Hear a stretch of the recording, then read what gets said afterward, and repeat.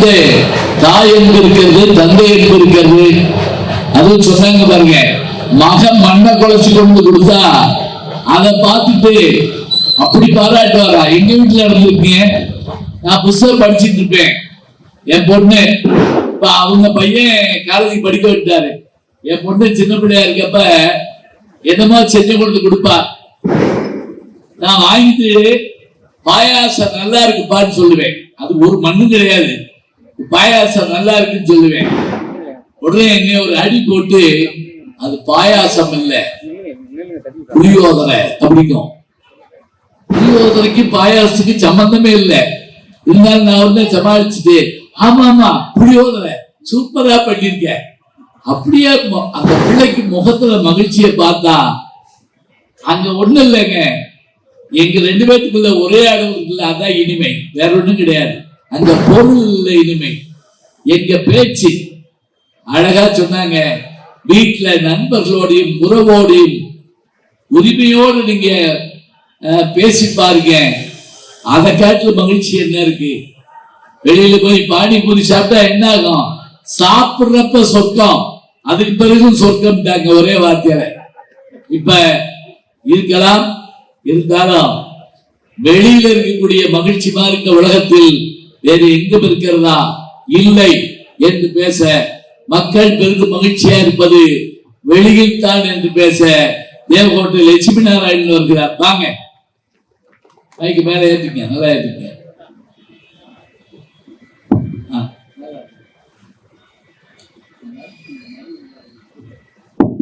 பாம்பே தலையணதாவே பிழையே பஞ்சுமெத்த ஆத்தா கண் வளர ஆரீரோ பாடும் புள்ள, எந்த ஒரு பிள்ளைக்குமே இந்த வரம் கிடைக்கல, ஆனந்தம் பொங்குதம்மா விட்டு விட்டு கண்ணு, தாயி மகமாயி நான் என்ன கொடுத்து வச்சேன், பாதம் திருப்பாதம் அதில் நெஞ்ச எடுத்து வச்சே, வீரமகாளியம்மனுக்கு துணி கட்டி போட்டே, தாயினி கண்களருதாலேனோ, வெட்டில வீசிக்கிட்டு பாட்டு சொல்லுறேனே, தாயினி கண்களருதாலேனோ, இந்த உலகை ஆளும் தாய்க்கு செல்ல புள்ள நான் இருக்கேன், கவலை தீர்க்க வேணாமா கண்களர தாயே, சந்தன மல்லிகையில் துணி கட்டி போட்டே, தாயே கண்களருதாலேனோ. இந்த உலகத்தில் உலக அழகி யாருன்னு கேட்டா ஒவ்வொருத்தரும் ஒரு நடிகை பேரை சொல்லுவாங்கய்யா. ஆனா நம்ம எல்லாருக்கும் உலக அழகி யாருன்னு கேட்டா நம்மள பெத்த அம்மா தான் நம்ம எல்லாருக்குமே உலக அழகி. இந்த ஒரு ஜென்மத்தில் உலக அழகி நமக்கு அம்மா அப்படின்னா, ஒவ்வொரு ஜென்மத்திலும் உலக அழகியாக இருந்து நம்மை காப்பாற்றக்கூடிய தெய்வம் அப்படின்னா நம்முடைய அறந்தாங்கியில் இருக்கக்கூடிய வீரமாகாளியம்மன் தான் அப்படிப்பட்ட தெய்வம். அவதான் உலக நாயகி. ஆமா, ரொம்ப அற்புதமா எங்க சகோதரி பேசிட்டு போயிருக்காங்க பாருங்க. எதிரில வெளியிலேயே பேச வரும்போதுதான் கேமராவே வருது. ஏன்னா உண்மையை பேசுறதுல உலகம் பூரா படம் பிடிப்பாங்க, அதுக்காக வந்திருக்காங்க. நீங்க பேசும்போது வந்தாங்களா கேமரா? லைவ்ல போதா எல்லா இடத்துக்கும் போதா? உங்களை முதல்ல பேச சொல்லவா? இவரு கூட முதல்ல பேசுவாரு. சாலை ஓரத்தில் நடக்கிற ஒரு சால சிறந்த பட்டிமன்றம், எவ்வளவு அற்புதம் பாருங்க. அதுல எங்க நடுவர் ஐயா உங்களை பத்தி ஏதாவது ஒரு வார்த்தை சொன்னாங்களா? எதிரணி இல்ல, கருமாரிக்கு பாடினாங்க, எங்க தமிழ் மாரிக்கு பாடினாங்களா? இல்ல.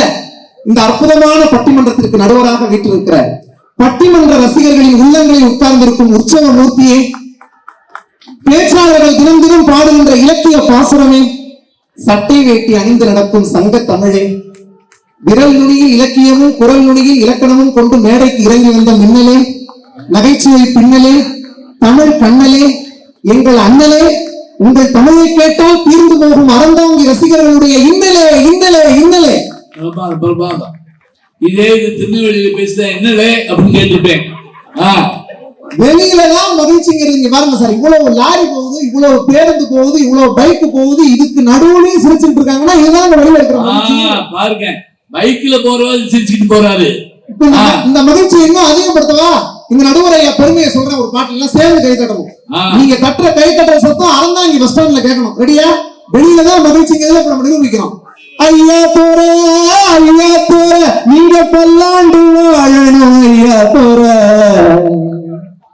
கண்ண தோற, கண்ண தோற, உங்க பார்வைப்பட்டு பாவம் தீர கோழிகோளம் கண்டதில்லை இப்படி ஒரு சாமி. புண்ணியத்தை செஞ்சிருக்கு அறந்தாங்கி பூமி. வானம் தேஞ்சு போச்சு, பூமி காஞ்சு போச்சு, ஏழை எங்களை ஏமாத்தி. கிழக்கு இருட்டி போச்சு, மேற்கு மறைஞ்சு போச்சு, காலம் எங்களை ஏமாத்தி. மண்ணோடு மக்களையும் தத்தெடுத்த ராசா, இன்னொரு கலங்களை தத்தெடுத்த ராசா. ஐயா தோற, நீங்க பல்லாண்டு வாழணும். ஐயா தோற, ஐயா தோற, நீங்க பல்லாண்டு வாழணும். ஐயா தோற. மகிழ்ச்சி வெளியில இருக்கிற மைக்கே வேணும். அவரே அவர் பார்த்தோம், அற்புதமா பாடுறாரு. வீட்டுலதான் மகிழ்ச்சி, வீட்டுலதான் மகிழ்ச்சின்னு சகோதரி பேசிட்டு போயிருக்காங்கல்ல. போன வாரம் உங்க வீட்டுக்கு போயிருந்தேன். போங்க, சாத்தனை பிரியா அக்கா வீட்டுக்கு தான். சத்தியமா சொல்றேன்னு, வீடு மங்களகரமா இருந்துச்சு. நான் சொன்னேன், அக்கா வீடு கோவில் மாதிரியே இருக்குதான்னு. வேகமா ஒரு உண்டியல் எடுத்து வந்து காசு போட்டுருவோம் அப்படின்னாங்க. இவங்க வீட்டுலதான் மகிழ்ச்சின்னு பேசுனாங்க. அந்த வீட்டுல யாராவது இருக்க முடியுமா? ரெண்டாவது உட்கார்ந்து இருக்காங்க பாருங்க, முதலாவதா மனோன்மணி அம்மா. போன வாரம் அவங்க வீட்டுக்கு போயிருந்தேன். போன உடனே சாப்பிட்டீங்கலாம் கேட்கல, போன உடனே தட்டை கொடுத்து பிரியாணியை போட்டாங்க சார். முதல் வாயில வைக்கலாம்னு போனா அவங்க வீட்டு நாய் என்ன உத்து பார்த்துச்சு. என்னமா அவங்க வீட்டு நாய் இப்படி உத்து பாக்குதுங்கிறேன். அது திங்கிற பெட்ல வேற எவனாலும் இப்படிதான் உத்து பார்ப்போம். எங்க மகிழ்ச்சி இருக்கு வீட்டுல? நான் கேட்கறேன், இன்னைக்கு இருக்கிற பெண்களுக்கு எல்லாம் நீங்களும் வீடு வீடா போயிருவீங்க போட்டுக்க. வீட்டை எதிர்க்க வேண்டும் என்றால் வீடு விடாம போய்தான் அப்படி சொல்லுங்க. கரெக்டா போய் பார்த்துட்டு தானே பேசணும். பாயிண்ட் நல்ல ஆய்வு. வீடு வீடா போய் குறிப்பெடுக்கிறார், அப்படியே சென்சார் மாதிரி. நான் கேட்கிறேன், இன்னைக்கு இருக்கிற பெண்களுக்கு பக்தி பண்பாடு இருக்கா? இவ்வளவு பெண்கள் இருக்காங்க. 100 வருஷத்துக்கு முன்னாடி நீங்க பெண்கள் வீட்டுக்காரரை கூப்பிட்டதே அழகா இருக்கும். எப்படி தெரியுமா கூப்பிட்டாங்கயா? 1910 எப்படி தெரியுமா கூப்பிட்டாங்க? சுவாமி. 1920 பிரபு. 1930 பிராணநாதா. 1940 நாதா. 1950 மணவாளா. 1960 மணாலா. 1970 அப்பா. 1980 மச்சா. 1990 மாமா. 2000 என்னங்க. 2005 ஏனுங்க. 2016 ஏய். 2026 டேய். இந்த வீட்டுல மகிழ்ச்சி இருக்காங்கய்யா. வெளியில வந்தா எங்க காதல் எவ்வளவு மகிழ்ச்சியா இருக்கும் தெரியுமா? உங்கள்கிட்ட கேட்கிறேன், எனக்கு எத்தனை வயசு இருக்கு? யாராவது சொல்லுங்க பாப்போம். எனக்கு எவ்வளவு? 56. நான் முதல் பதிலே அவமானத்துக்குரிய பதிலா வருது. என்ன 35? வேற 43. அடுத்து 45 ஒரு தரம். என் வயசை ஏழை வர்ற மாதிரி ஆயிடுச்சு. இங்க வந்து நானே சொல்லிடுறேன், நமக்கு எதுக்கு ஊருக்கு போக? எங்க நடுவரையா சொல்ற மாதிரி கேள்வி கேட்டா நம்மளே பதில சொல்லிருவோம்.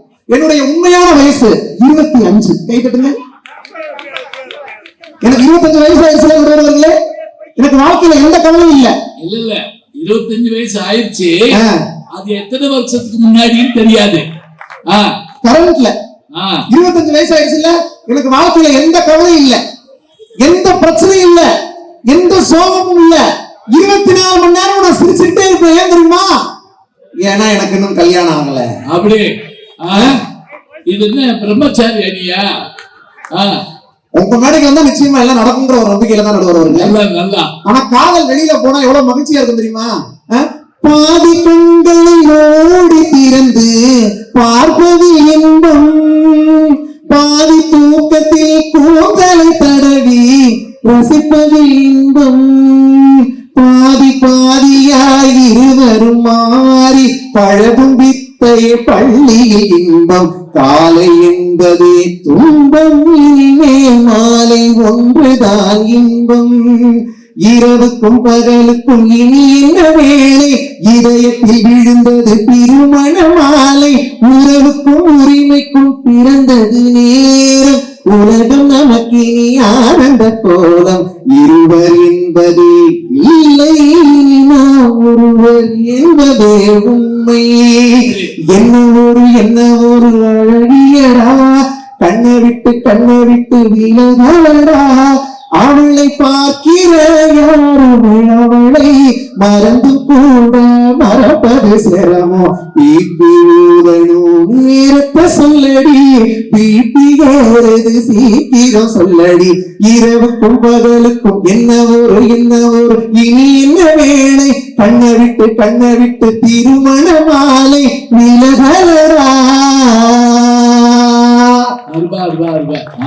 எப்படி ரீமிக்ஸ் பண்ணி யோசிக்க. எங்கள் தங்க ராஜாவா பட்டாக்கத்தி பெருவனான்னு தெரியல.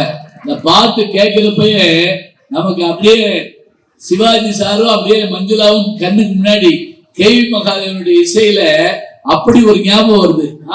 எவ்வளவு மகிழ்ச்சி பாருங்க. நண்பர்களோட இருக்கிற மகிழ்ச்சி வெளியில தானே நடுவர்கள். சொல்லுங்க.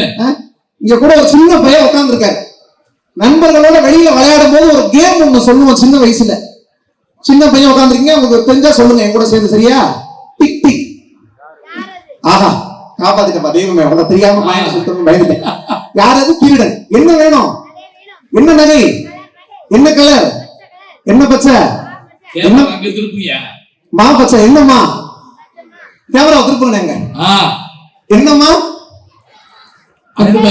டீச்சர் அம்மா. என்ன டீச்சர்? என்ன கணக்கு? என்ன வீடு? அங்க பாரு கம்பி. என்ன மாடி? என்ன மொட்டை? என்ன பழனி? வடபழனி. என்ன வடை? உளுந்த வடையா? அப்ப நான் உளுந்த வடைதான். அதோட ஆமை வடை. என்ன ஆமை? என்ன குளம்? திரிகுளம். மாடத்தை காப்பாத்துங்க. பாயிண்ட். கேமரா போயிட்டு இருக்கு. திரிகுளம். என்ன திரி? என்ன விளக்கு? என்ன குத்து? நல்ல ஒரு கைத்தட்டல் கொடுங்க சார். இந்த நண்பர்கள் எல்லாம் நண்பன் எப்படி தெரியுமா கூப்பிடுவான்? வெளியில மச்சான்னு கூப்பிடுவாங்க. ஏன் தெரியுமா? நண்பனுடைய தங்கச்சியை தன்னுடைய காதலியா நினைக்கிறதுனால இல்ல, நண்பனுடைய காதலியை கூட தன்னுடைய தங்கச்சியா நினைக்கிறதுனாலங்க. இந்த மகிழ்ச்சி வீட்டுல இருக்குமா? சொந்தக்காரங்க வீட்டுல சரியா இருக்காங்களா? அன்னைக்கு ஒரு ஆட்டோ பின்னாடி ஒரு வெளியே போட்டிருக்காங்க, சுடுகாட்டு பேயை நம்பு, சொந்தக்கார நாயை மட்டும் நம்பாத. எவ்வளவு பாதிக்கப்பட்டிருக்காரு. இன்னொருத்தர் டூ வீலர் பின்னாடி எழுதி போட்டிருக்காரு, முதுகிலே குத்தி விட்டு கண்களை துடைப்பவனுக்கு பேர் தான் சொந்தக்காரன். எவ்வளவு வேதனை பாருங்க. ஆனா நட்பு வெளியில எவ்வளவு நல்லா இருந்துறீங்களா? அந்த ஆத்தங்கரைய கேட்டுப்பாரு, நீ குடிச்ச கதை சொல்லும். ஆனா இப்ப கேமரா வந்துருக்கு, நான் அடி வைக்கன்னு பாருங்க. அந்த ஆத்தங்கரைய கேட்டுப்பாரு, நீ குடிச்ச கதை சொல்லும். அந்த பண்ண நேட்ட கேட்டுப்பாரு, பாலு கறந்த கதை அது சொல்லும்.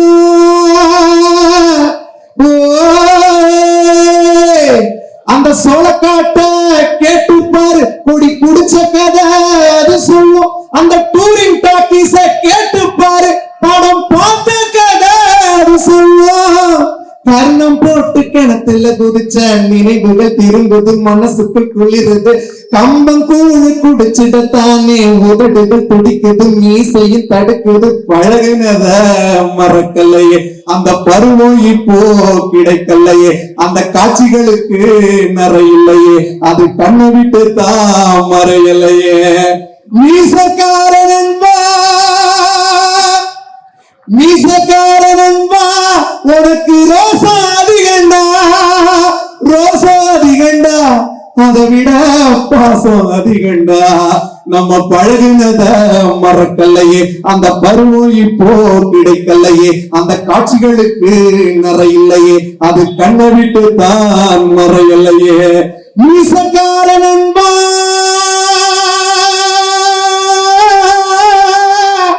உனக்கு ரோசா அதிகண்டா.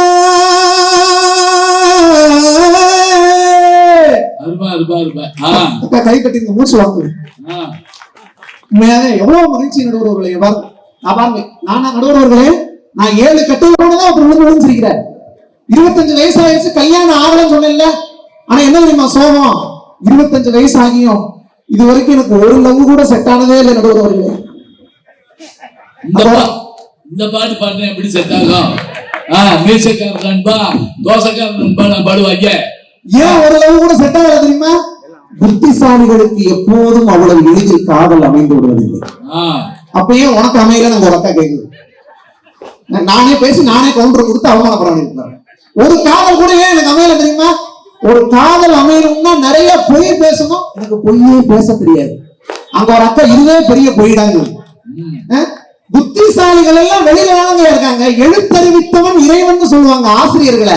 அந்த ஆசிரியர்கள் மாணவர்களுக்கு கல்வியை போதிக்கக்கூடிய அந்த ஆசிரியர்கள் வெளியில தானே இருக்காங்க. நடுவர்களே, இவ்வளவு வெளியில போய் சொன்னாங்களே, கோயில்ல அம்மன்ட்ட போய் வேண்டுவோம் நாங்க பிள்ளை நல்லா இருக்கணும்னு. அப்ப அம்மன்ட்ட போய் வேண்ட அந்த பக்தி வெளியில தானே இருக்கு. இவங்க எல்லாருக்கும் பிடிச்ச கடவுள் ஒருத்தர் இருக்கு. அந்த கடவுள் பேரை சொன்னா எல்லாரும் தன்னை மறந்து கை தட்டுவாங்க. பாக்குறீங்களா? இங்க இருக்கிற குழந்தைகள் பெரியவர்கள் எல்லாருக்கும் பிடிச்ச அந்த கடவுள் யார் தெரியுமா? சுட்ட திரு நீரெடுத்து தொட்ட கையில் வேலெடுத்து தோகை மயில் மீதமர்ந்த சுந்தரம் அந்த கட்டழகு கொண்டதொரு கந்தவடி வேலவனை சாற்றுவது ஆறெழுத்து மந்திரம் என்று போற்றப்படுகிற நம்முடைய தமிழ் கடவுள் முருகன். அந்த முருகப்பெருமானை நோக்கி பழனிக்கு போறாங்க பாருங்க, பாத யாத்திரை. தைப்பூசம் வந்தா அந்த பக்தி வெளியில தானே இருக்கு. அதுதான் இங்க கவியரசர் கண்ணதாசன் கொடுத்தாரு பாருங்க. எத்தனை கவிஞர்கள் இருந்தாலும் மற்ற கவிஞர்கள் எல்லோரும் தமிழுக்கு கைகட்டி சேவகம் செய்த போது தமிழே ஒரு கவிஞரிடத்திலே கைகட்டி சேவகம் செய்வதென்றால் அவர்தான் நம்முடைய கவியரசர் கண்ணதாசன். அவர் சொன்னார் பாருங்க, இந்த வெளியில அந்த பக்தி எப்படி இருக்கு தெரியுமா? முருகப்பெருமான் மேல எல்லாரும் சேர்ந்து கூட மியூசிக்கே போடுவாங்க. அதை நான் பாடின வாயில பாத்தீங்களா?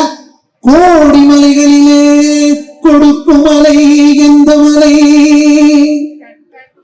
ஆஹா, எப்படி? குங்குமணி நாட்டினிலே குளிர்ந்த மலை எந்த மலை? தேடி வந்தார் இல்லவெல்லாம் செழிக்கும் மலை எந்த மலை? ரொம்ப ஹை பிச்சுனால வராது முடியல, சிரமப்படாதீங்க. தேவாதி தேவரெல்லாம் தேடி வரும் மருதமலை.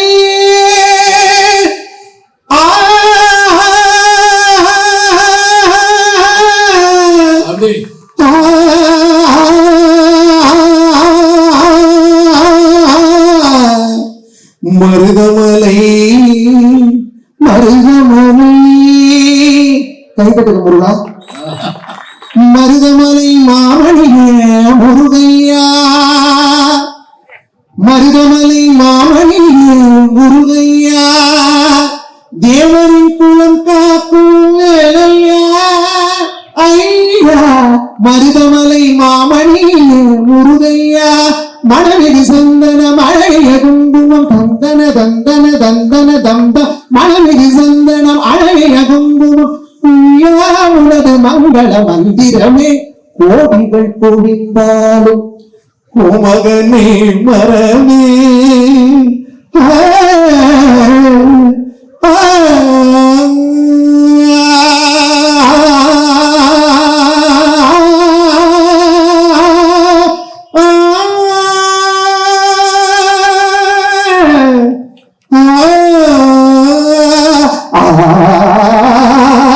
கோதிகள் குவிந்தாலும் கோமகனை மரவே.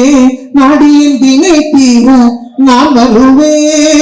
சக்தி திருமகன் முத்து குமரனை மரவே நான் மரவே. பக்தி கடலென பக்தி பெருகிட வருவே.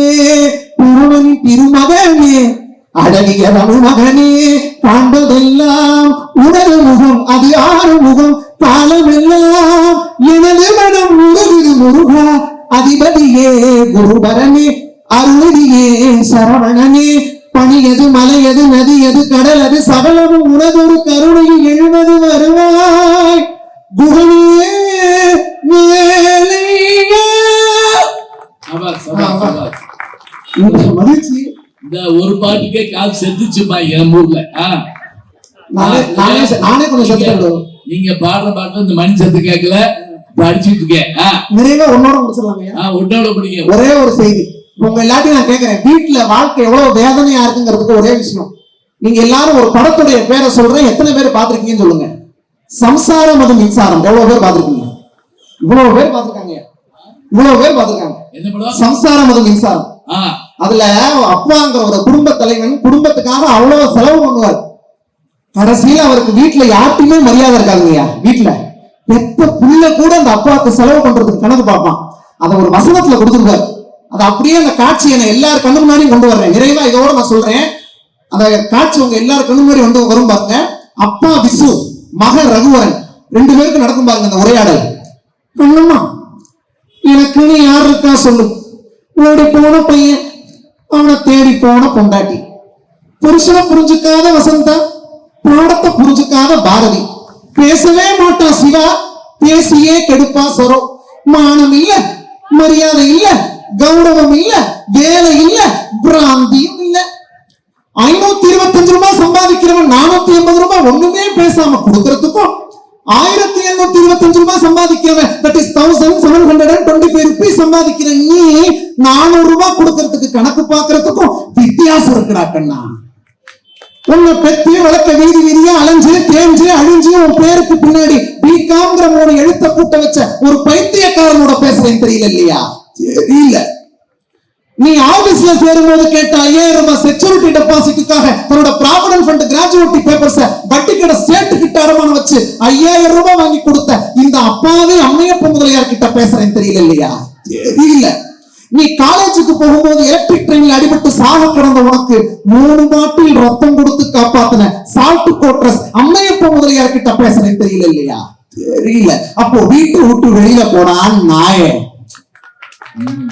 வீட்டினுடைய நிலைமை இன்றைக்கு இப்படித்தான் இருக்கிறது என்கிற காரணத்தினால் நிறைவான மகிழ்ச்சி வெளியிலேயே என்று கூறி மிக அற்புதமான வாய்ப்பிற்கு நன்றி கூறி விடைபெறுகிறேன். நன்றி. நன்றி நன்றி நன்றி. சும்மா இருக்கட்டும். பாருங்க, அவர் பாட்டுல எனக்கு கூட குரல் உள்ள போயிடுச்சு. அப்படியே எவ்வளவு கடுமையா உழைச்சா இந்த பாட்டை பாட முடியும். இது யாரு பாட்டு தெரியுங்களா? மதுரை சோமுடைய பாட்டு.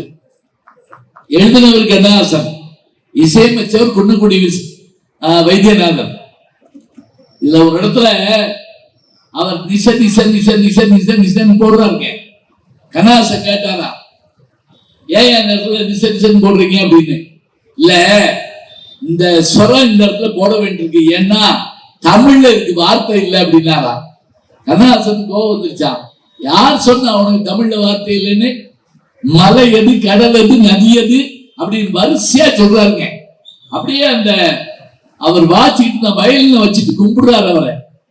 அந்த பாட்டை இன்னைக்கு இவர் பாடினது மட்டும் இல்ல, இந்த பாட்டு ஷூட்டிங் பண்ணப்பட்டப்ப பாடிட்டு மயங்கி விழுந்தாருங்க மதுரை சோமு.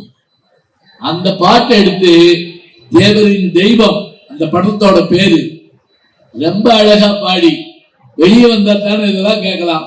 இப்ப யோசிச்சு பாருங்க, இவர் நடு வீட்டுக்குள்ள உட்கார்ந்து இப்படி பாடினாருன்னா ஒத்துக்கிடுவாங்களா? முதல்ல அந்த தெருவுல விடுவாங்களா? ஆனா வெளியே வந்தா தாங்க ஆண்டவன் படைச்சா, எங்கிட்ட கொடுத்தா, அனுபவி ராஜான்னு அனுப்பி வச்சான்னு அழகா பாடினாரு. 10வது ஒரு விசுவோட வசந்தையும் பேசிட்டு வீடு வெளியே போய் சொல்லும். ஆனால் வெளி உலகம் யார் வந்தாலும் ஏற்றுக்கொள்ளும் பேசினாரு. அவருக்கு ஒரு நல்ல கைதட்டல நீங்க எல்லாரும் கொடுக்கணும். இவர் இவ்வளவு பாடினா பாட்டுக்கு பாட்டு பாடுற பெண்கள் விட்டுருவாங்களா? இந்த வர்றாங்க பேராசிரியை நம்முடைய மலைக்கோட்டை மனோன்மணி. மக்கள் பெரிது மகிழ்ச்சியா இருப்பது வீட்டில் தான் என்று பேச வருகிறார். வாங்கம்மா, நீங்க ஒரு 7 பாட்டு பாடுங்க. Hello hello hello, mic testing. Mics எல்லாம் நல்லா தான் இருக்கு.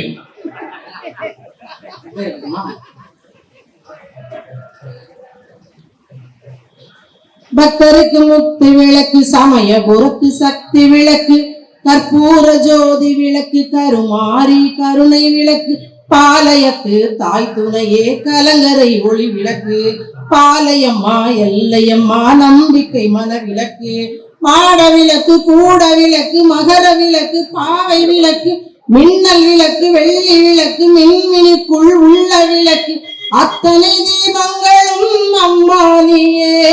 பாளையத்தம்மா நீ பாச விளக்கு, உன் பார்வையிலே தெரியுதடி கோடி விளக்கு. பாளையத்தம்மா உன் பாவை விளக்கு, உன் பார்வையிலே தெரியுதடி கோடி விளக்கு. அறந்தாங்கி வீரமகாளிக்கு என்னுடைய முதல் வணக்கம்.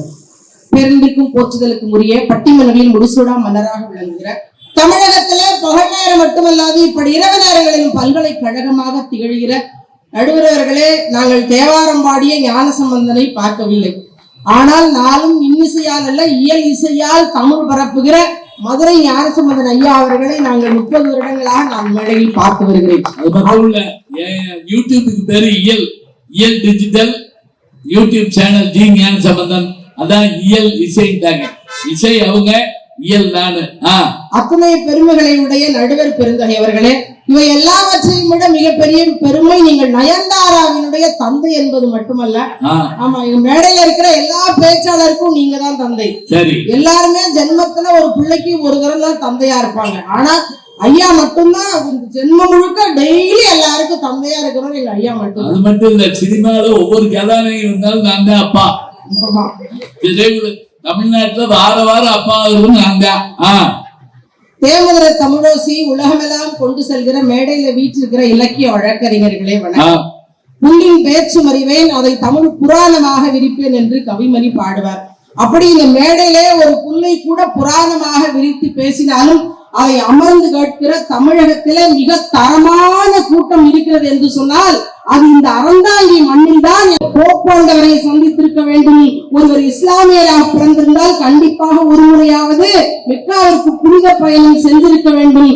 ஆனால் தமிழ் தேசத்திலே ஒருவன் பேச்சாளனாக இருந்தால் இந்த அறந்தாங்கியிலே வீரமாகாளியம்மன் கோவிலுக்கு முன்னணியில் பேசியிருக்க வேண்டும் என்று சொல்லுகிற அளவிலே பெருமை பெற்ற பேச்சாளர்கள் இருக்கிற ஒரு நல்ல பூமி நடுகிறவர்களே, நல்ல ஒளிவடைத்த கண்களோடு பாருங்க. நானும் என் தம்பியும் பேசும்போது பாடும்போதுதான் வீடியோ வந்துச்சு. அதுல பெருமை எனக்கு ரொம்ப பிடித்தமான தம்பி எங்க லட்சுமி. ஆனா பாருங்க, பெண் குழந்தை பேரை வச்சிருந்தாலும் கூட என் தம்பி எனக்கு ரொம்ப பிடிக்கும். என்ன காரணம் தெரியுங்களா? அப்படியே அந்த பொய்ய பாத்தீங்கன்னா அப்படியே சிரிச்சுக்கிட்டே சொல்லுவாங்க. அவர் 8 கட்டையில பாடுறத பார்த்து எல்லாத்தையும் முதல்ல மயக்கிடுவாரு, அப்புறம் மயக்கிட்டு பூரா பொய்யாதான் சொல்லுவாங்க. அதனால அவ்வளவு பெருமை பெற்றவர் என் தம்பி. அதை எங்க வீட்டுக்கு வந்து சாப்பிட்டார் நடுவர்களே. நான் 9 இட்லி வச்சேன். 9 இட்லி ஒரு வயசு பிள்ளை சாப்பிடாதான். சரி, 9 இட்லி வச்சேன். கோவம்னா அப்படி ஒரு கோவம். எக்கா வாக்கா போல ஒரு இட்லி எடு. ஒரு இட்லியை திங்க முடியாம தான் நீங்க இருக்கீரோ. ஆனா அப்படியெல்லாம் மேடைக்கு மேடை பேசுவார். அதுல நடுவர்களே நிறைய கதையெல்லாம் வந்து சொன்னாரு. என் தம்பிக்கு வந்து நாங்க போடுற மேக்கப் தான் இப்ப பிரச்சனையா? நாங்க போடுற மேக்கப் தான் இப்ப உங்களுக்கு பிரச்சனையா? யாரு எதை போட்டா அழகா இருக்குமோ அழகா இருக்கும். நீங்க வேணா இந்த லிப்ஸ்டிக்க போட்டு பாருங்களேன்.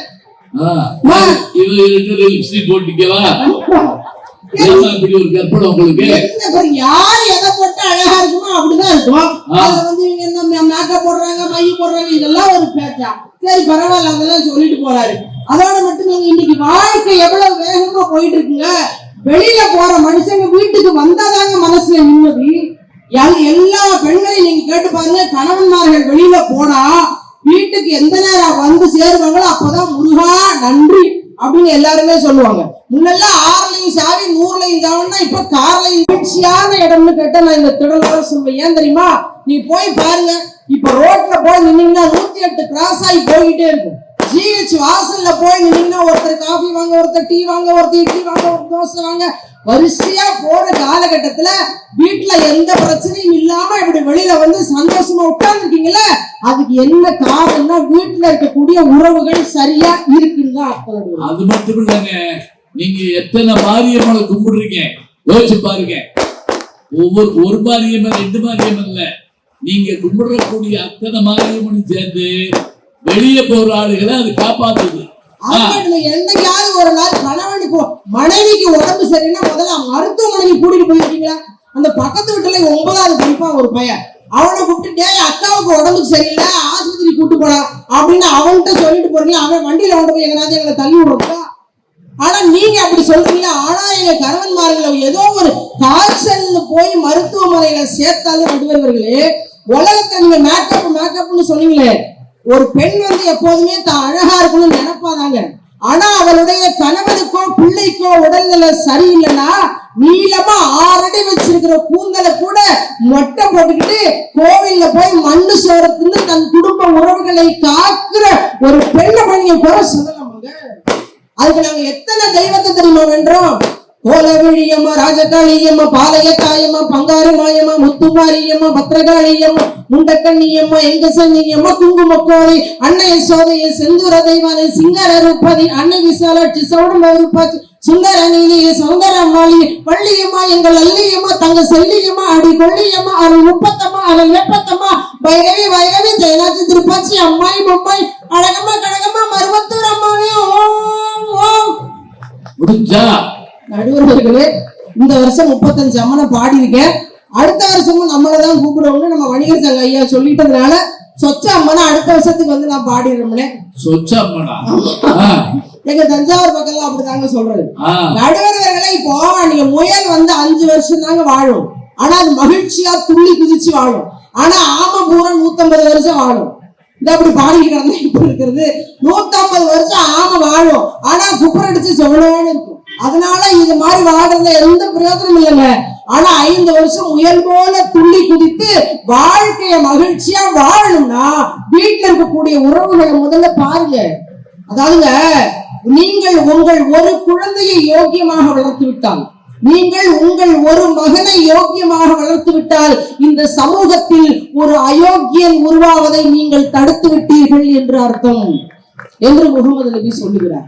அப்போ ஒரு அம்மாவினுடைய கையில தானங்க ஒரு பிள்ளை நல்ல பிள்ளையா இல்லையா இருக்கு.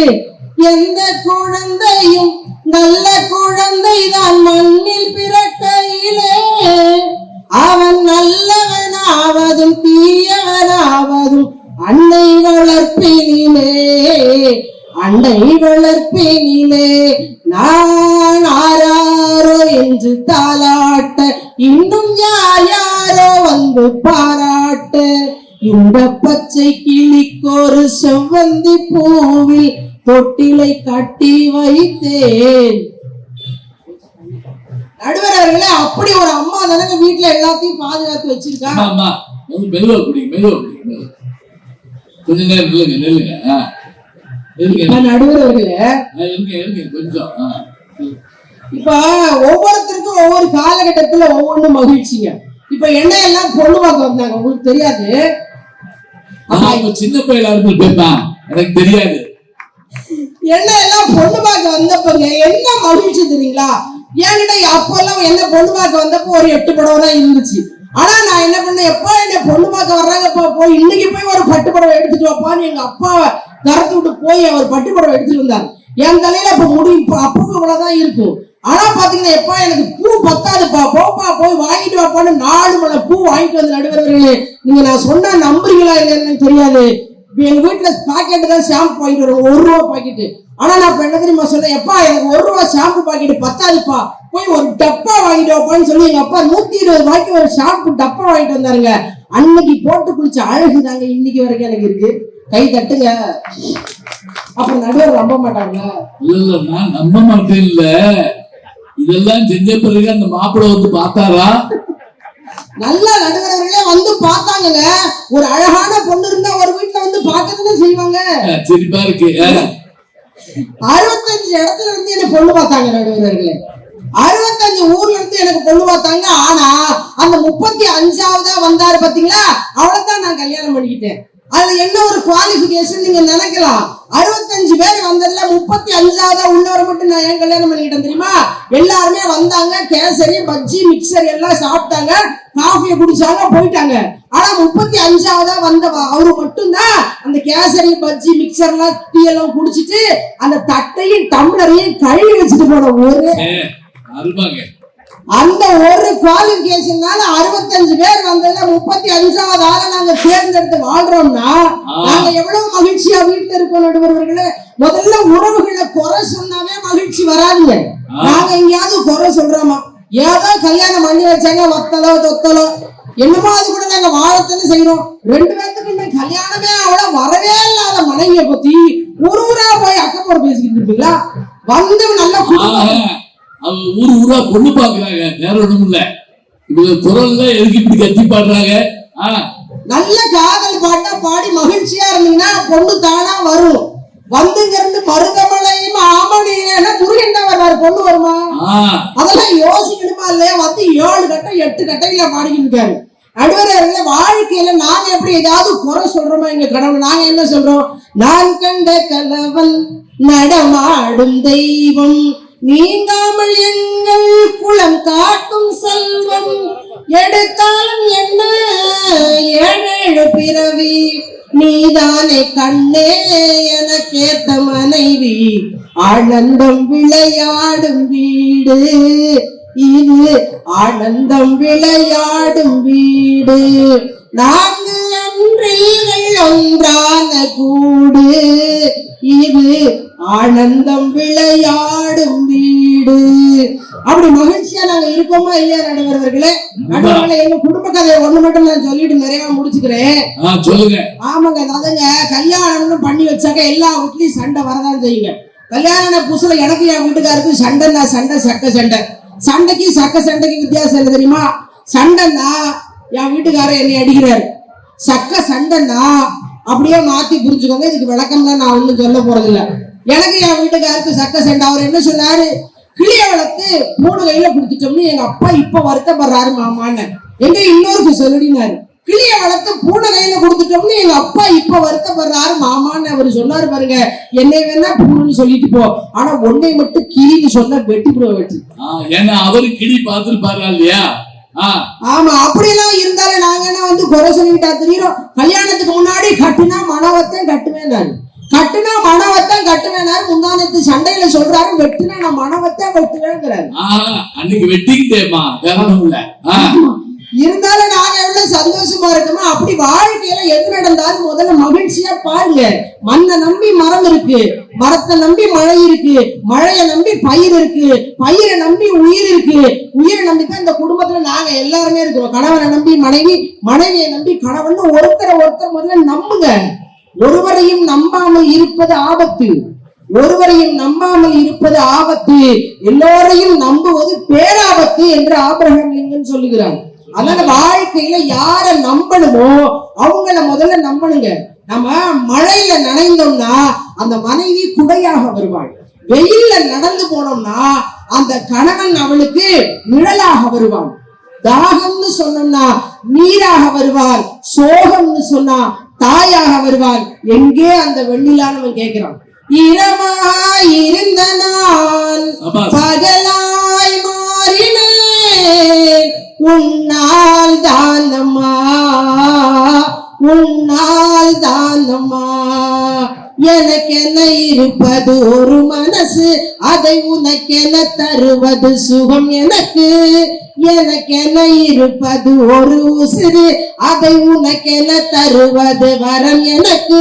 நீ மறுத்தால் என்ன, மறந்தால் என்ன, நீதான் எந்தன் குலவிளக்கு, நீதான் எந்தன் குலவிளக்கு. எங்கே அந்த வெண்ணிலா, எங்கே அந்த வெண்ணிலா, கல்லை கனியாக்கினாள், முல்லை மலராக்கினாள். எங்கே அந்த வெண்ணிலா, எங்கே அந்த வெண்ணிலா. அப்படி குடும்பத்துல நாங்க உறவுகளை எவ்வளவு மகிழ்ச்சியோடு நேசிக்கிறோம் நடுவர்கள். ஒவ்வொரு காலத்திலும் ஒன்று மகிழ்ச்சி. உங்களுக்கு 50 வருஷத்துக்கு முன்னாடி கல்யாணம் ஆயிருக்கும் போது அது ஒரு மகிழ்ச்சி, குழந்தை பிறந்த பொழுது அது ஒரு மகிழ்ச்சி, இன்னைக்கு பேரன் பேத்தி வந்திருக்கிற பொழுது ஆமா வயசு தெரிஞ்சு வச்சா 50 வருஷத்துக்கு முன்னாடி கல்யாணமா? 50 வருஷத்துக்கு முன்னாடி இந்த ஆத்திரத்துல அண்டாவில கையில யாருன்னு சில நேரம் அப்படித்தாங்க உண்மை வந்துடும். அதுக்கெல்லாம் உங்க வீட்டுக்கு சொல்றது அப்படி நாங்க ஏதோ அதெல்லாம் மறைச்சு டிஸ்ட்ரிக்ட் போட்டு சரி பண்ணிட்டு இருக்கோம். நீங்க அதை மேடம் என்னங்க போன வருஷம் வருஷம் தாங்க 70 நடந்துச்சு எனக்கு. இது ஒரு வயசுன்னு சொல்லலாமா? அப்ப ஆனா இப்ப என்ன மகிழ்ச்சி, தன்னுடைய பேரனும் பேத்தியும் வந்து நம்ம மீட்டிங் போயிட்டு கூட்டத்துக்கு போயிட்டு வீட்டுக்கு வரும் பொழுது, தாத்தா இன்னைக்கு மீட்டிங்ல நல்லா பேசுனீங்களா அப்படின்னு அந்த பேத்தியும் பேரனும் வந்து கேட்கிற பொழுது அதை விட மகிழ்ச்சி வெளியில யாராவது ஒருத்தர் தர முடியுமாங்க? காலம் கரைந்தாலும் கோலம் சிதைந்தாலும் பாசம் வெளுக்காது மானே, நீரில் கரைத்தாலும் நெருப்பில் எரித்தாலும் தங்கம் கருகாது தாயே. உன்முகம் பார்க்கிறேன், அதில் என் முகம் காண்கிறேன். இந்த பொன்மானை பார்த்து கொண்டு சென்று நாம் சேரவே. எதுக்குமா? ஆமா, நடுவர்களே, இந்த பொன்னானை பார்த்து கொண்டே சென்று நான் சேர வேண்டும். மீண்டும் ஜென்மங்கள் மாறும்போது நீ என் மகளாக வேண்டும். அவ்வளவுதான், பாட்டி பாடலாம். ஆமா, பேத்தி திரும்பவும் தாயாவர்களை மீண்டும் ஜென்மங்கள் மாறும்போது நீ என் மகளாக வேண்டும். பேத்தி என்றாலும் நீயும் என் தாய். பூவே பூச்சூடவா என் நெஞ்சில் பால்வார்க்கவான்னு ஒரு பாட்டிக்கும் ஒரு பேத்திக்கும் உள்ள தொடர்பை நடுவர்களே, இவ்வளவு இனிமையாக யாரும் சொல்ல முடியாது. இனியேனும் என் தம்பிகள் 2 பேருக்கும் இந்த உறவுகள் எல்லாம் புரிய வேண்டும் என்று அந்த வீரமாகாளி அருள் புரிய வேண்டும் என்று சொல்லிக்கொண்டு, கருவோடு திருவில்லை கடவுள் செய்த அருளில்லை, குருவோடு வந்த தமிழ் என் குடும்பத்து பொருள் இல்லை, காளி வந்து என்னாவில் எழுதியது சூலம், சிறு கடுகளம் உள்ளதெல்லாம் காலம் தந்த ஞானம், மற்றவரின் காயத்தில் மருந்தாகும் வேளையிலும் மற்றவரின் வேர்களுக்கு மழையாகும் வேளையிலும் இதற்குத்தான் தமிழ் என்று எல்லோருக்கும் செல்வோம். நாம் எல்லோருக்கும் புரியும்படி கைதட்டிக் கொள்வோம். நன்றி, வணக்கம்.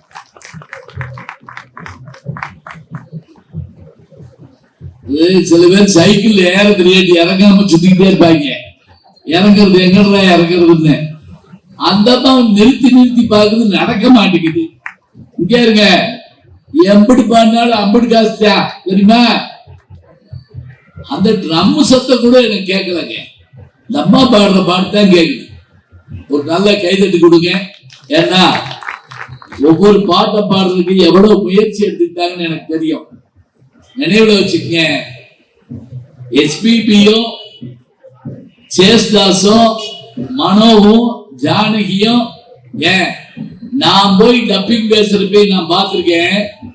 அக்வஸ்டிக்ஸ், அது ஒலி ஊடுருவாத இடம், காதுல ஹெட்போன், நம்ம அப்படின்னம்னா இடி விழுந்த மாதிரி சத்தம் கேட்கும். அந்த சைலண்ட்ல அவங்க குரல் நல்லா இருக்கும். அது சாதனைன்னு நம்ம சொல்றோம். இவ்வளவு பெரிய சத்தத்துக்கு நடுவுல இவர்கள் குரலும் அவரின் குரலும் இவர்கள் குரலும் எடுக்கிறது என்றால் அது வீரமாகாளி தந்த பெருமைதான், வேறொன்றுமில்லை. உங்களுக்கு அம்மனின் அனுக்கிரகம் எப்போதும் இருக்கும், கவலைப்படாதீங்க. இந்த 4 பேருக்கு ஒரு நல்ல கைதட்டி கொடுத்துருங்க, சந்தோஷமா. இப்ப நம்ம தீர்ப்புக்கு வந்துடலாம்.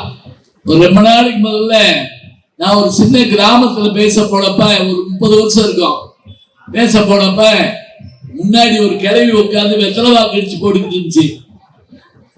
நான் அந்த பாட்டு கேட்கலன்னு நினைச்சுக்கிட்டு இருந்தேன். ஆனா அது எப்படி கவனிச்சுட்டு தெரியுமா? இவங்க எல்லாம் பேசுறப்ப நான் ஒவ்வொருத்தருக்கு இப்படி மணி அடிச்சுக்கிட்டே இருந்தேன்ல, அது மாதிரி அன்னைக்கு மணி அடிச்சேன். 4 பேரும் பேசி முடிச்சுட்டாங்க. அப்ப 6 பேரும் பேசி முடிச்சுட்டாங்க. அந்த பாட்டு கேட்டுச்சுங்க. ஆமா,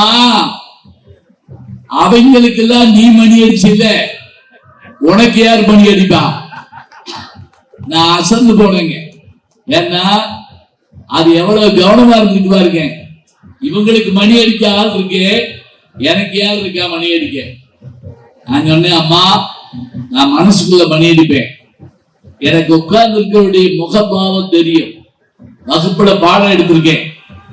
சில பேர் வகுப்புல கடியாரத்தை பார்த்துக்கிட்டே இருப்பாங்க, சில பேர் கலட்டி ஆட்டி பார்ப்பேன், ஓடுதா ஓடலையா.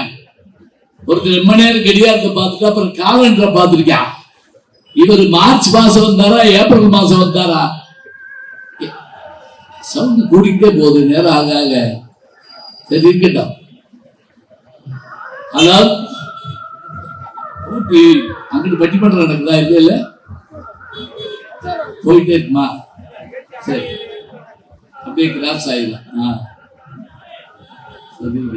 மண்டபம் கட்டுறீங்க, புடிசியா மண்டபம் மாதிரி வணிகர் சங்க கட்டடத்தை கட்டுறீங்க. பிரம்மாண்டமான அந்த அரங்கத்துல நாங்க பேசுறோம், நீங்க எல்லாரும் வர்றீங்க, நிச்சயமா நடக்கும்யா, கவலைப்படாதீங்க, இருக்கட்டும்.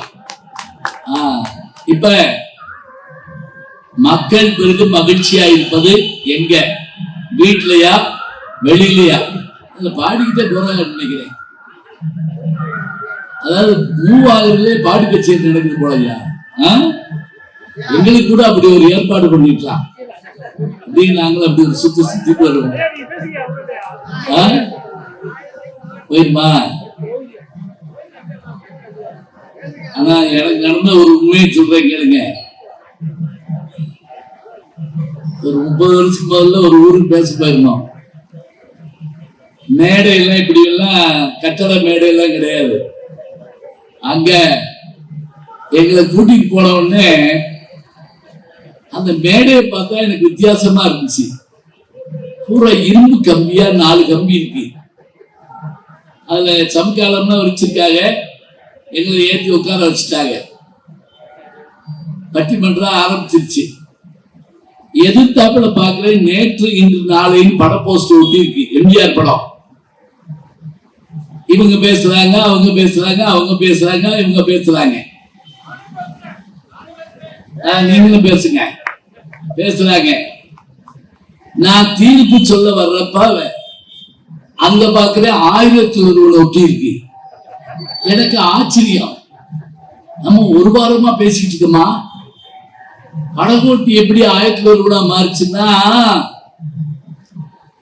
இப்ப நீங்க யோசிச்சு பாருங்க. என்ன தெரியுதா? எங்களை டிராக்டர்ல உட்கார வச்சு எடுத்துட்டு போயிருக்காங்க. அந்த டிராக்டர் ட்ரெயிலர் தான் அந்த இரும்பு கம்பி. இப்ப இவங்க பேசுறப்ப தெற்கு தெருவில் நின்று வண்டி, அவர் பேசுறப்ப வடக்கு தெருவில் நின்று. நான் பார்த்தது கிழக்கு தெருவுல முதல்ல பட ஓட்டி பார்த்திருக்கேன். இப்ப தெற்கு மேலத்தெருக்கு வந்த போது 1001 பாக்குறேன். எங்களுக்கே தெரியாம வண்டியை ஊரை சுத்தி காமிச்சிருக்காங்க. எனக்கு தெரிஞ்சு பட்டிமன்றத்துல ஊர் சுத்தி பார்த்த ஒரே கோஷ்டி நாங்க தாங்க. இன்னைக்கு என்னடா, இன்னைக்கு எங்களை சுத்தி எல்லாம் நடந்துகிட்டே இருக்கு. இருந்தாலும் எங்களால பேச முடியுது. அது இறைவனுக்கு நாங்க நன்றியை சொல்லிட்டு, மக்கள் பெரிதும் மகிழ்ச்சியாக இருப்பது வீட்டிலா வெளியிலா? இதுல நல்லா சொன்னாங்க. எத்தனையோ விஷயங்கள் இருந்தாலும் கூட பட்டிமன்றம் ஆரம்பிச்சு ஏறத்தாழ ஒரு 2 மணி நேரம் ஆயிடுச்சு. அப்படியா? அப்படியா? அது வேறையா? சரி, பட்டிமன்றம் ஆரம்பிச்சு 2 மணி நேரம் ஆயிடுச்சு. அப்படியான்னு கேட்டு கிளம்பிடாங்க. இருங்க, இந்த 2 மணி நேரமும் நாங்க நல்லா பேசி நீங்க கேட்டீங்கன்னு நான் சொல்லல. நீங்க நல்லா கேட்டதுனால நாங்க நல்லா பேசணும். 2000 வருஷத்துக்கு முதல்ல திருவள்ளுவர் சொன்னாரு, பேச்சு எப்படி அமையணும்?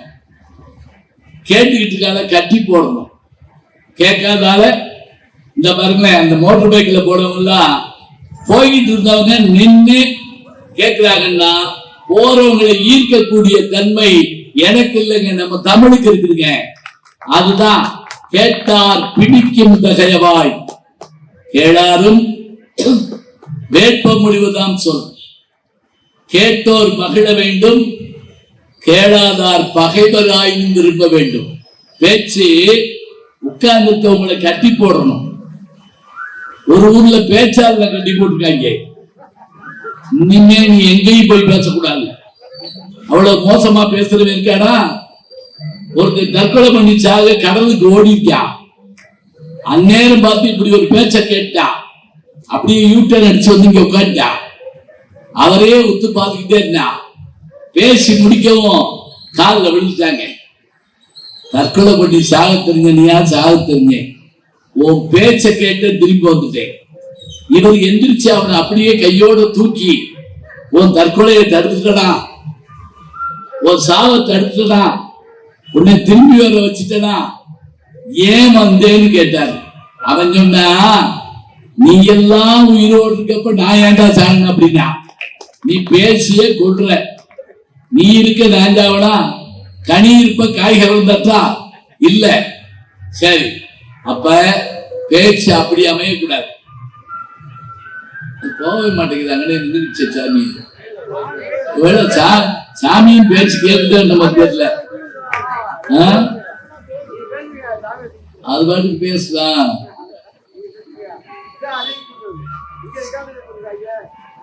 அதான் இருக்கட்ட அதோட ஐயா, இந்த கல்யாண வீட்டுல பேச கூப்பிடுவாங்க. அங்க இப்ப நான் போயிருந்தேன் சமீபத்துல கல்யாண வீட்டுக்கு. 3000 பேர் வந்துருந்தாங்க. நான் தான் பேச்சாளர். 3000 பேரும் பேசிட்டு இருந்தாங்க. நான் உட்கார்ந்து இருந்தேன். அதனால இனிமே கல்யாண வீட்டுக்கு போக கூடாதுன்னு நினைச்சப்ப இன்னொரு கோஷ்டி வந்துருச்சு. நான் சொன்னேன் அங்க யாரும் கேட்க மாட்டாங்க யாருன்னு. அவன் கேட்கல. அங்க போனா அதேதான், பொண்ணு மாப்பிள்ளை தாலி கட்டியாச்சு. என் கையில ஒரு ஹேண்ட் மேக்கை கொடுத்துட்டாங்க. பெரியோர்களே தாய்மார்களே 2 வார்த்தை தாங்க சொன்னேன். 300 பேர் மேடைக்கு ஓடியாந்து பொண்ணு மாப்பிள்ளைக்கு பரிசு கொடுக்கணும்னு என்னைய தள்ளிக்கிட்டே போறாங்க. அப்படி நில்லு, இப்படி நில்லு, விலகு, அங்கிட்டு போ. நான் விடல. தமிழ் படிச்சவன் பாருங்க. அங்க நான் 10 பாட்டு, இங்க 8 தொகை, இங்க குறுந்தொகை, ஏன்னா பெருந்தொகை வாங்கிட்டேன் பேசுறதுக்காக. அதுல ஒரு கிழவி என்கிட்ட வந்து என் முதுகுல தட்டி அந்த ரூம்குள்ள போய் பேசியா ஒருத்தருமே இல்லை அப்படின்னுச்சு. எங்க அந்த கல்யாண வீட்டுல மணமேடையில் ஒரு ரூம் இருக்கா, அங்க போய் பேசு. அதுக்கு என்ன தெரியுமா, தனியா பேசுற பையன் இங்க பேசுறேன்னா அங்க பேசுறேன்னு. நான் அதை பத்தி ஒண்ணு இல்லை. எவ்வளவு இருந்தாலும் நாங்க பேசுறது உங்களுக்கும் கேட்கும், அந்த கடவுளுக்கும் கேட்குங்கிற நம்பிக்கையோடு நாங்க பேசுறோம். என் நண்பர் ஒருத்தர் பார்வை இல்லாதவருங்க, அவர் ஒரு நாள் கோயிலுக்கு போனாரு. கோயிலுக்கு போயிட்டு வந்த இன்னொரு நண்பர் அவர் கேள்வி பண்ணாரு, என்ன கடவுளை போய் பார்க்க போறியாக்கா? இவரால பார்க்க முடியாதுங்கிறத வச்சுக்கிட்டு கடவுளை போய் பார்க்க போறியாக்கா? அதுக்கு அந்த பார்வை இல்லாத நண்பர் அவர் கையை பிடிச்சிட்டு சொன்னாருங்க, என்னால கடவுளை பார்க்க முடியாது, ஆனா கடவுள் என்னைய பார்ப்பாரா இல்லையா அது எனக்கு போதும். அவர் பார்வை என் மேல பட்டாலே போதும். அதுக்கு தானே நம்ம பிறந்திருக்கிறோம். எங்கேயோ இருந்து யாரோ கேட்டுக்கொண்டிருப்பார்கள் நம்பிக்கையில நம்ம பேசுறோம். சரி, இந்த மனித உடம்பு எதற்காக பூமிக்கு வருதுன்னா, அழகா சொல்றாங்க, மனித பிறவியும் வேண்டுவதே இம்மாநிலத்தேங்கிறாங்க. அதுதான் முக்கியம். நான் மனுஷனா ஏன் பிறகு தெரியுமா, குளித்த புருவமும் கொப்பை செவ்வாயில் குமிழ் சிரிப்பும் படித்த சடையும் பவளம் போல் மேனியில் பால் வெந்நீரும் இனித்தமுடன் எடுத்த பொற்பாதமும் காணப்பெற்றால் மனித பிறவியும் வேண்டுவதே. மகளிரம்னா மனுஷனா இருக்கணும், ரசிக்கணும். இப்ப பிற உயிருக்கு நமக்கு என்ன வேறுபாடு? பிற உயிர்கள் இனவிருத்தி செய்யும், இறை உண்ணும், சாப்பிடும், குட்டி போட முட்டையிடும். நான் நம்ம அப்படி இல்லைங்க, ரசிப்போங்க. ஒரு பாட்டை ரசிப்போம், ஒரு சாப்பாட்டை ருசிச்சு சாப்பிடுவோம். இனிப்பு, கசப்பு, துவர்ப்பு, உப்பு, உரைப்பு, புளிப்பு, ஆள் சுவை, அத டேஸ்ட் பண்ணி சாப்பிடணும். அப்ப சாப்பிடுறப்ப அதை பார்க்கிறவங்களுக்கு ஒரு இனிமை இருக்கும். ஒரு மனைவி கணவன் பக்கத்து வீட்டுக்காரமாட்ட கேட்கிறாங்க, உங்க வீட்டுக்காரர் எதை விரும்பி சாப்பிடுவாரு? அந்த அம்மா சொல்றது, அது எதை போட்டாலும் திங்கும். இப்படி ஒரு புருஷன் இருப்பானா? சாப்பிடுறப்ப ரசிச்சு சாப்பிடணும். அதை இன்னும் கொஞ்சம் வைக்கல, இது நல்லா இருக்கே, அது நல்லா இருக்கே, சொல்லி சொல்லி சொல்லி சொல்லி சாப்பிடணும். நல்ல பாட்டா கேட்டு கேட்டு கேட்டு பகழணும். இப்ப இதுதான் வாழ்க்கை. இதுல எங்க மகிழ்ச்சி இருக்கு? அழகா சொன்னாங்க, வெளியில தான் மகிழ்ச்சி இருக்கு. எப்படி தெரியுமா? வீட்டை விட்டு வெளியே போன மட்டும் இல்லைங்க, ஒரு ரயில்ல ஏறினா கூட ஜன்னலோட்டில் உட்காருவோம். ஏன் தெரியுமா? அந்த ரயிலுக்கு வெளியில ஓடக்கூடிய ஆறு, மலை, செடி, கொடி எல்லாம் ஓடுற மாதிரியே தெரியும். நான் முதல்ல விமானத்துல போனப்ப, விமானம் அப்படி ஏறி ஆகாயத்துல பறக்கிறப்ப நிறைய அந்த மேகங்களை பார்த்தேங்க. மேகங்களை பார்த்த உடனே எனக்கு என்ன தோணுச்சு தெரியுமா? அப்படியே நாரதர் வந்துருவாரு போட்டுன்னு நான் நினைச்சேன். நாராயண அப்படின்னு வருவார்ல, அந்த மேகத்துக்கு நடுவில் நடந்து வர்ற மாதிரி. அப்ப சன்னலோருக்கு இருக்கை நமக்கு வெளியிலும் ஒரு வெளியை காட்டுகிறது. ஏன் இவ்வளவு இருக்கு? எல்லாத்தையும் தாண்டி மனுஷன் செவ்வாய் கிரகத்துக்கு போயிட்டு இருக்கான். நீங்க பூமிக்கு நிலா ஒண்ணு இருக்குங்க, நம்ம பார்த்திருக்கோம். சரி, நிலாவுக்கு ஒரு நிலா இருக்கா? இருக்குங்க. நிலாவுக்கு ஒரு நிலா இந்த பூமிங்க. நிலாவில இருந்து பார்த்தா பூமி நிலாவா தெரியும். வியாழனுக்கு 9 நிலவு உண்டா? அப்ப மனுஷன் பிரபஞ்சத்தை பூரா அளக்கணும்னு நினைக்கிறான். எங்க போனாலும் மகிழ்ச்சியா இருக்கணும். கொற்ற அருவி, நீங்க இதே கடின்னு ஒரு படம் பாத்தீங்களான்னு தெரியல. எம்ஜிஆருக்கு ஒரு சிறப்பு என்ன தெரியுமா? தாம் பார்த்து ரசிக்கக்கூடிய அத்தனை விஷயத்தையும் தன்னை நம்பி வர்ற ரசிகனுக்கு கொடுப்பாருங்க. உதாரணமா இன்பமே அப்படின்னு அந்த பாட்டு, எந்தன் பேர் உன்னன் பேர் பெண்மையோன்னு ஒரு பாட்டு. அந்த பாட்டு அது வரைக்கும் தமிழ் படத்துல அந்த நீர்வீழ்ச்சி வந்ததே கிடையாதுங்க, அந்த அருவி. அதே போல 1000 நிலவேவா பாட்டு இருக்கு இல்லையா, அந்த பாட்டு ஜெய்ப்பூர் அரண்மனையில் எடுத்தது, கண்ணாடி மாளிகையில. இவ்வளவு வைங்க, ஒரு கல்யாண வீட்டுல போட்டோ எடுக்க முடியாது நம்மளால. 10 லட்சம் பேர் கொண்ட எக்ஸ்போ 70 ஜப்பான் பொருட்காட்சியில எம்ஜிஆர் அவர்கள் உலகம்ங்கிற பாட்டை டபுள் எம்ஜிஆர் டபுள் கதாநாயகி வச்சு அந்த பாட்டை எடுக்கிறாங்க. இப்ப நினைச்சு பாருங்க, ஜப்பான் எக்ஸ்போக்கு நம்ம போக முடியுமா? முடியாது. ஆனா இந்த படத்துக்கு 50 பைசா டிக்கெட் எடுத்து நம்ம பார்க்க முடியும். அப்ப அவர் வெளியே போய் எடுத்து வந்து நம்மளை வெளியே வர வச்சு காட்டுறாருங்க. இன்னைக்கு வேணா நீங்க டிவியில பார்க்கலாம். உலகஸ்டாலின் படம் ஏன் ஓடிச்சு தெரியுமா? 2 கதாநாயகன், 4 கதாநாயகி, 6 வில்லன், 8 பாட்டு, 10 சண்டை, படம் சூப்பர் ஹிட். ஒரு நிமிஷம் எவனு நிக்க முடியாது. நான் சொன்னது ரைட்டான ஒரு தடவை போய் எண்ணி பார்த்துக்குங்க. இன்னைக்கு வரைக்கும் அந்த படத்தோட ரிகார்ட் பிரேக்க யார் ஒண்ணுமே பண்ண முடியாதுங்க. அவ்வளவு பெரிய விஷயம். அப்ப வெளியில பார்க்கக்கூடிய விஷயம் எல்லாத்தையுமே நம்மளை பார்த்து ரசிக்க வைக்கணும். எனக்கு ஒரு வாய்ப்பு என்ன தெரியுமா? நான் ஒவ்வொரு முறையும் வெளிநாட்டுக்கு போறப்ப அந்த நாட்டில் இருக்கக்கூடிய அபூர்வமான விஷயத்துக்கு போய் பார்த்து வருவாங்க. சமீபத்துல பாரிஸ் போயிருந்தேன். இந்த பாரிஸ்ல லியோனார்டோ டாவின்சி என்கின்ற ஓவியர் வரைஞ்ச மோனலிசா ஓவியத்தை போய் பார்த்து வந்தேன். உலக புகழ்பெற்ற ஓவியம் மோனலிசா ஓவியம் இருக்கிற இடம் எங்க தெரியுமா? பாரிஸ்ல, பிரெஞ்சு நாட்டில், நெப்போலியனுடைய நாட்டுல. அங்க அதை நான் பார்த்தேன். அந்த ஓவியத்தை ஒரு சிறப்பு என்ன தெரியுமா? சிரிக்கிற மாதிரி முயற்சிக்கும், சிரிக்காதுங்க, அதான் அழகு. அப்ப அங்க பாக்குறப்ப எனக்கு அவ்வளவு ஒரு மகிழ்ச்சி. ரஷ்யா போயிருந்தப்ப என்ன ஆச்சு தெரியுமா? பனி மாவு மாதிரி விழுகுது நம்ம மேல. எங்கும் பனிமழை பொழிகிறதுன்னு சொல்றாருல, புதிய வானம் புதிய பூமி, எங்கும் பனிமழை பொழிகிறது, நான் வருகையிலே என்னை வரவேற்க வண்ண பூமழை பொழிகிறதுன்னா அதை நான் நேர பார்த்தேங்க. இது நான் அந்த மகிழ்ச்சியை நான் பார்த்து நினைச்சு பார்த்தேன். இந்த உலகத்துல பிறந்ததுல எவ்வளவு பயணம் இருக்குது.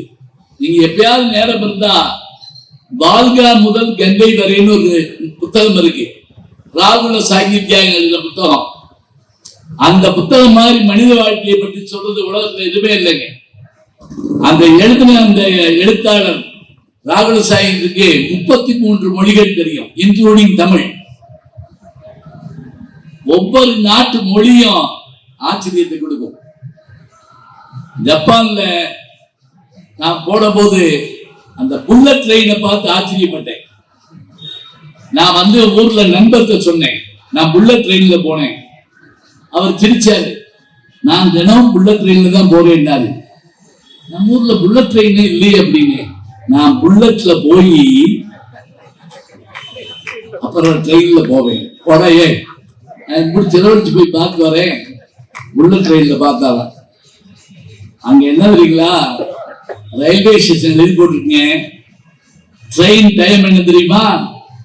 8 மணி 10 நிமிடம் 11 வினாடி. ஞாபகம் வச்சுக்கங்க, 8 மணி 10 நிமிடம் 11 வினாடி. 11வது வினாடி அந்த ரயில் வந்து நிக்குது. 300 கிலோமீட்டர் வேகம் ஒரு மணி நேரத்துக்கு. 300 கிலோமீட்டர். மதுரையில ஏறினா 1 மணி நேரத்துல விழுப்புரம் போயிடலாம்.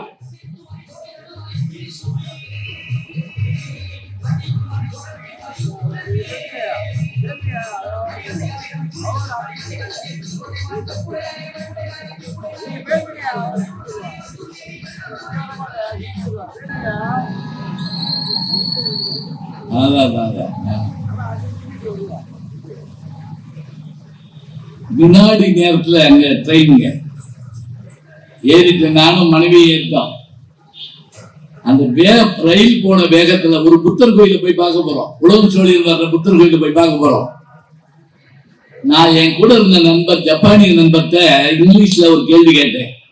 இவ்வளவு வேகமா ரயில் போகுது, எப்படிங்க ஒரு ஸ்டேஷனை கண்டுபிடிச்சு இறங்குறது அப்படின்னு கேட்டேன்.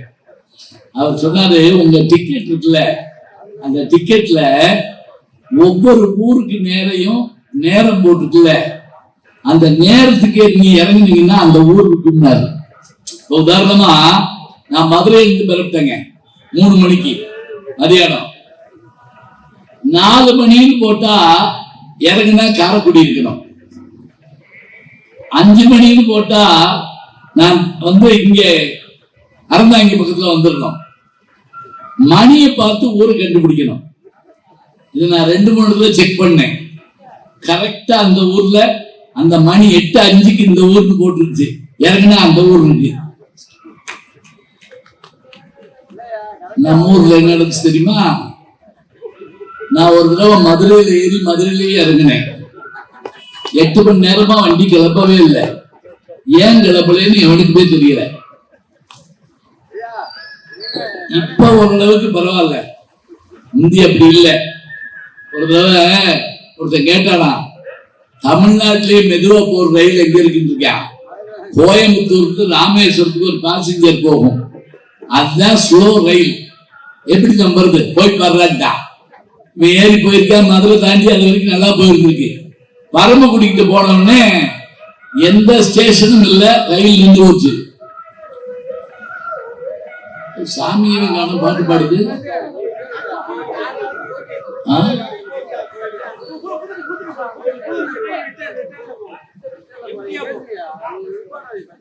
சரி,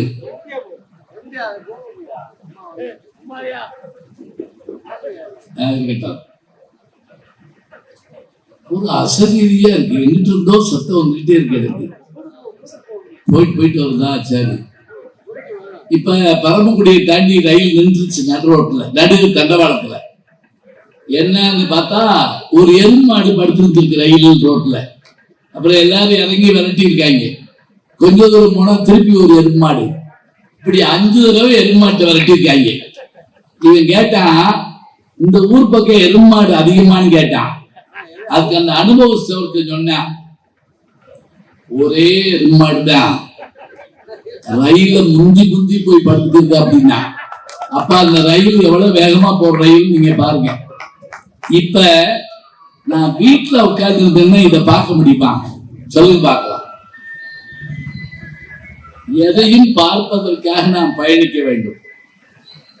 உணவு ஆச்சரியமா பார்க்கலாம்.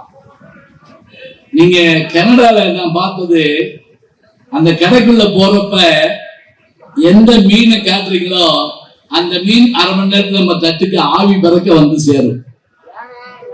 எப்படி பாருங்க, அது இங்கேயும் வந்துருச்சு. இப்ப நமக்கு என்ன வேணுமோ அப்படியே சமைச்சு தராங்க. நமக்கு உணவில் மகிழ்ச்சி, பயணத்தில் மகிழ்ச்சி, நண்பர்களோடு பேசுவதில் மகிழ்ச்சி, எல்லாரோடையும் கூடி சிரிப்பதில் மகிழ்ச்சி, எல்லாம். இதுக்கு மேல என்ன வேணும்? என்ன அருமையா சொன்னா, ஆஸ்திரேலியால நானும் மனைவியும் போயிருந்தப்ப அங்க கங்காரு போய் பார்த்தோம். இந்த இந்தியன் படத்துல வரும்ல, டெலிபோன் மணி போல் சிரிப்பது இவ்வளவு கங்கார போகும்ல, அதுல இந்த கங்கார பார்த்துட்டு அன்னப்பறவைகள் இருந்த இடத்துக்கு போடுங்க. போட உடனே அதுல நம்ம ஊர்ல மீனுக்கு பொறி போடுற மாதிரி அந்த அன்னப்பறவைக்கு கடலை பருப்பு வாங்கி கொடுக்கலாம். இப்ப என் மனைவி கையில வாங்கி கொடுத்து, நீ கொடு, நான் போட்டோ எடுக்கிறேன் அப்படின்னு. அதே மாதிரி அவங்க கொடுத்தாங்க. நான் போட்டோ எடுத்தேன். ரொம்ப நேரம் எடுத்துக்கிட்டே இருந்தேன்ல, அவங்க சத்தம் போடுறாங்க, சீக்கிரம் எடுங்க, அது கையை கொத்துது அப்படின்னாங்க. அப்ப நான் என்ன பண்ணேன் தெரியுமா? ஒரே ஒரு நிமிஷம் அவங்க கோபத்தை அப்படியே ஒரு நிமிஷம் மாத்தி காமிச்சேன். எப்படி பார்த்தேன்னு தெரியுமா? நான் போட்டோ எடுக்க நேரம் ஆகுதுன்னு நினைக்காத. இவ்வளவு அன்னத்துக்கு நடுவில் நீ நிக்கிறியா, எது அன்னம்னு எனக்கு தெரியல அப்படின்னு யோசிச்சு பாருங்க. இதுக்கு மேல என்ன வேணும்? அப்ப வெளியில போனா, நாங்க வீட்டுக்குள்ள உட்காந்து கிண்ணத்தை வச்சு குத்திட்டு இருக்கிறதா முடியல. வெளியே போனா தான் அந்த அன்னத்தை பார்க்கலாம். வேற என்னத்தை பார்க்கலாம்னு கேட்கக்கூடாது, எல்லாத்தையும் பார்க்கலாம்.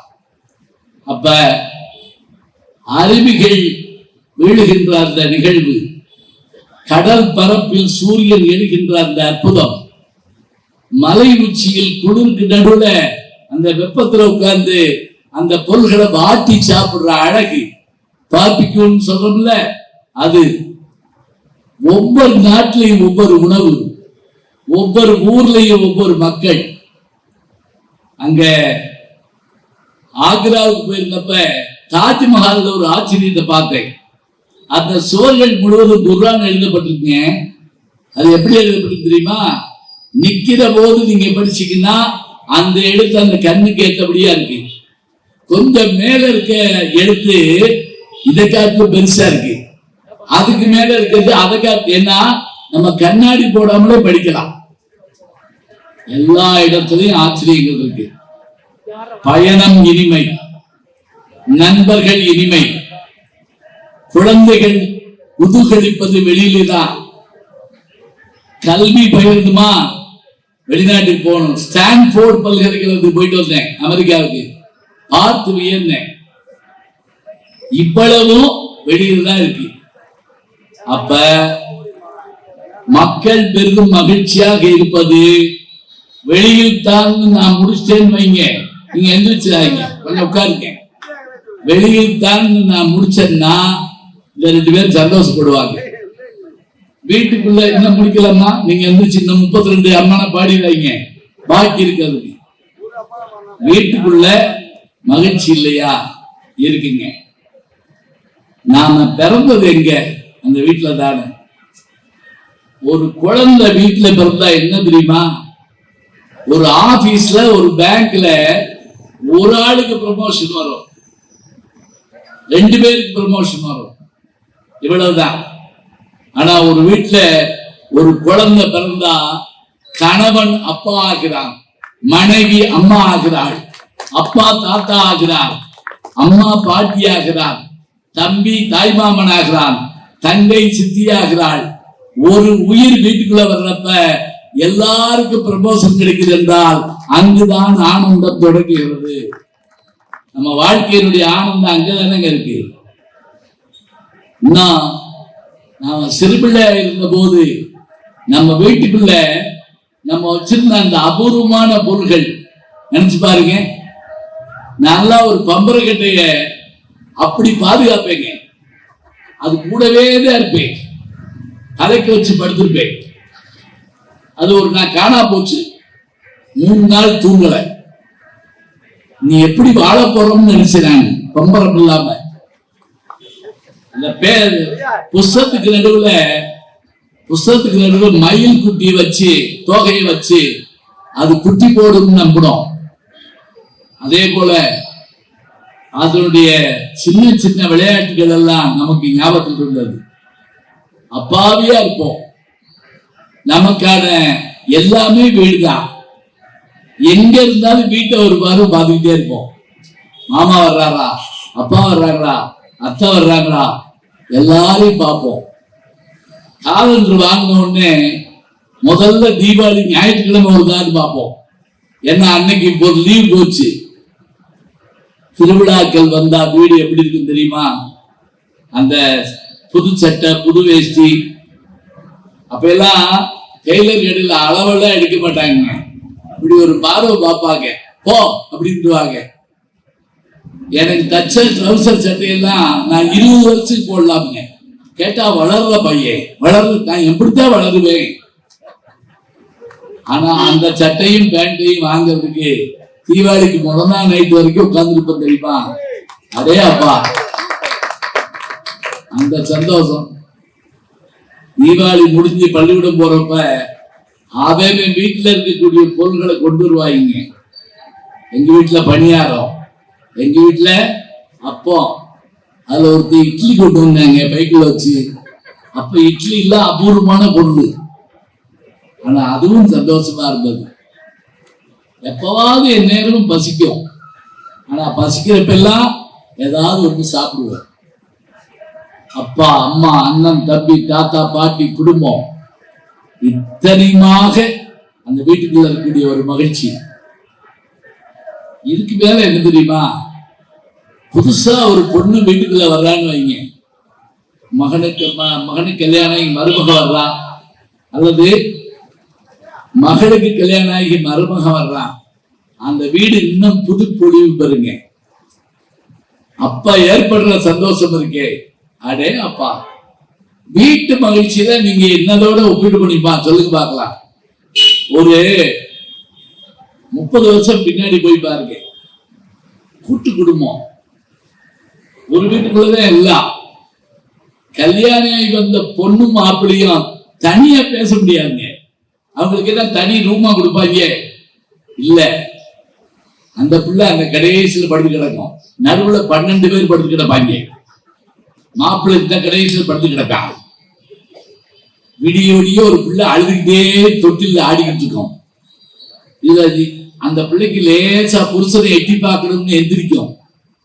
இவனும் அதே நேரத்துல லேசா எந்திரிச்சு எட்டி பார்ப்பான். ஒண்ணும் இல்ல, பொண்டாட்டிய வேற யாரும் எட்டி பார்க்கிறான். அதுக்குள்ள மச்சனைங்க எந்திரிச்சுவாங்க. மாப்பிள்ள என்ன வேணும் சொல்லுங்க, நாங்க இருக்கோம், நீ இருந்து என்னடா பண்ண. பேச முடியாதுங்க. சில பேர் அதுல ஒரு ட்ரிக் வச்சிருப்பாங்க. எப்படி தெரியுமா, காலையில எந்திரிச்சு திண்ணையில உட்கார்ந்து மனைவி கிட்ட தண்ணி வாங்கி கொடுக்கணும்னு யோசனை பண்ணுவான். எப்படி கேட்பாங்க, தண்ணி வேண்டுவா அப்படிமா. அப்ப என்ன கற்பனை பண்ணுவான் தெரியுமா, புது புடவை, புது மல்லிகைப்பூ, வளையல், மெட்டி, இதோட அவ தண்ணி கொண்டு வர போறா. அப்ப கைய பிடிக்க போறோம், பொண்டாட்டிய, வேற யாரும் இல்ல. இப்படி யோசிச்சுட்டு கற்பனை பண்ணி உட்கார்ந்து தண்ணி வேணும் அப்படிமா. இல்ல,